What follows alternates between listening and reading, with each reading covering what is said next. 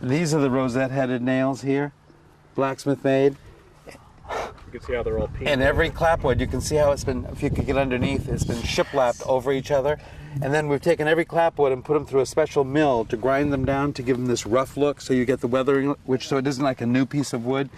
We call it brushing. You brush every clapboard through a mill. And will the paint last? Yes, yeah. And near the bottom, you see how close they are together? Yeah. That's called shadowing. And that's an early American form of tightening up the clapboards near the bottom of the building. So as you come into the schoolhouse, the first little anteroom here is all with antique paneling, bead edge, with a period coat rack for the kids to hang their coats on. And the oh my God! And the lunch boxes are boxes that we've collected various periods. And you'll see here that they always had a schoolhouse clock that kept the time in the anteroom. And this is where the bad kids would sit, out here with the little stools and steps. Then if you come into the classroom... I can't believe you've left it as a schoolhouse. You didn't make it into a guest house. Right. Well, in all practical purposes, when we did this, it's all been fully insulated, both above and below, and there's a cellar underneath, so you could have a heating system. So this building, someday after I'm through with it, a person could have as an office or a showroom or what. It would have purposes other than a school. But for my purposes, I wanted to replicate a period schoolhouse. I went to a one-room schoolhouse, and there were 6 kids in one room. My aunt was the teacher, and I think that today kids wouldn't know what it was like to see a one-room schoolhouse. And we've done it as authentically as I remember it. I had collected desks from a whole area, and one day my brother came to me and said, did you know that in Pennsylvania they're going to have an auction tomorrow at a one-room schoolhouse, and the Catholic Church has all these original desks. And I said, well, gee, what good would that do me to get on their website and buy 1 or 2 desks? How would I get them here? And they wouldn't match the rest. So he said, well, no, the point is you need to go to Pennsylvania and see them and buy them. So I packed a lunch and I drove 11 hours all night long, and I got out to Pennsylvania and I bought every desk. You notice how they're all numbered and graduated by size. They haven't been refinished. And I loaded all of these desks on my pickup truck that you just saw in the back. I was stacked really high like the Beverly Hillbillies, and brought them home and brought them in here, and haven't done anything with them except to place them.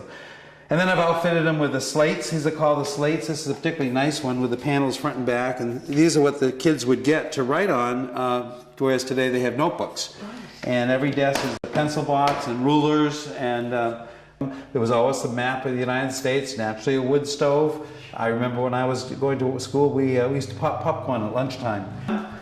And the desk has a galley on it, the way the schoolmaster's desks always did. They always had a pointer, of course.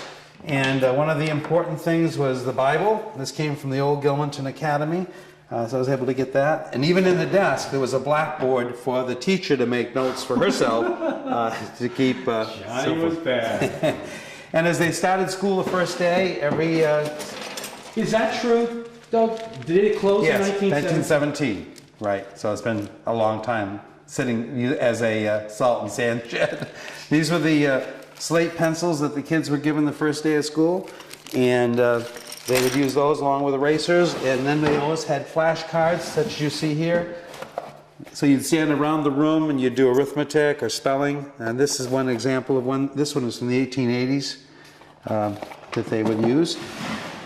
And a protractor that you can see that you probably use one of these, and also one of these to do for the music. Oh, I remember those. Instruments. Sure, most people do. And look, you even got, you picked up some old photographs yes. with the kids around those kinds of desks. Right. Oh, that's right. Great.